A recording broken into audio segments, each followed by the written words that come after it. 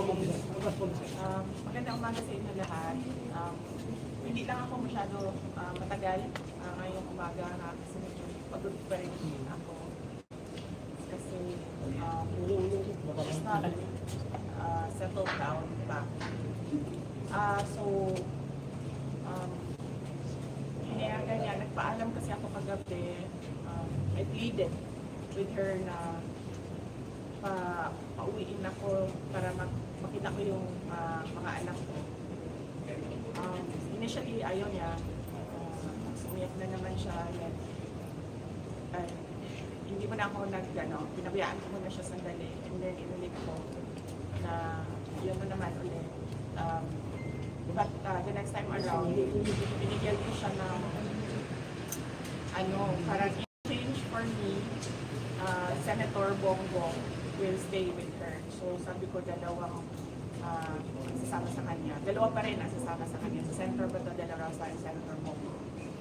And doon na siya parang medyo nag-isip. And then pumayag na siya na paalisin niya ako. Pero sinabi niya na bumalik daw ako mamayang gabi. Kasi baka daw gabi na naman gawin yung magmumukha sa kanya. So nagmamadali ako.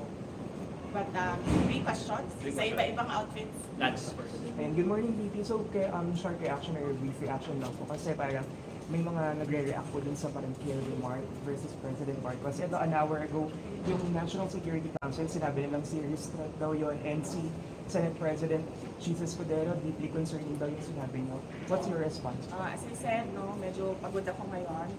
But in the proper time, I can answer everything. So, nagmamadali din talaga ako. Ma'am, by tomorrow, mag-resume yung investigation nila sa House. Mag-attend po ba si Atty. Lopez at kayo, ma'am?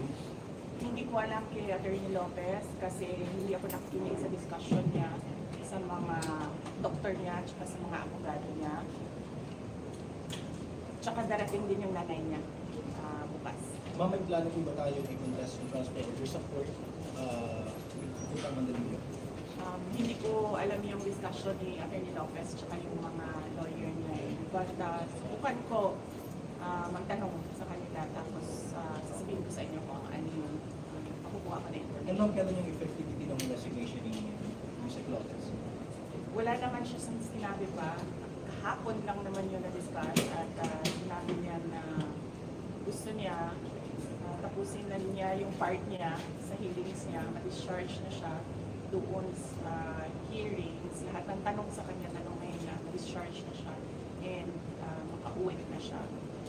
And yun nga, kasi hindi pa siya makauwi ngayon, nag-decide yung mother niya na pumunta din sa Manila. Ma'am, to be clarification, until when yung contempt order kay Atty. Lopez? Yun ang hindi ko alam. You have to ask the House of Representatives about the contempt order.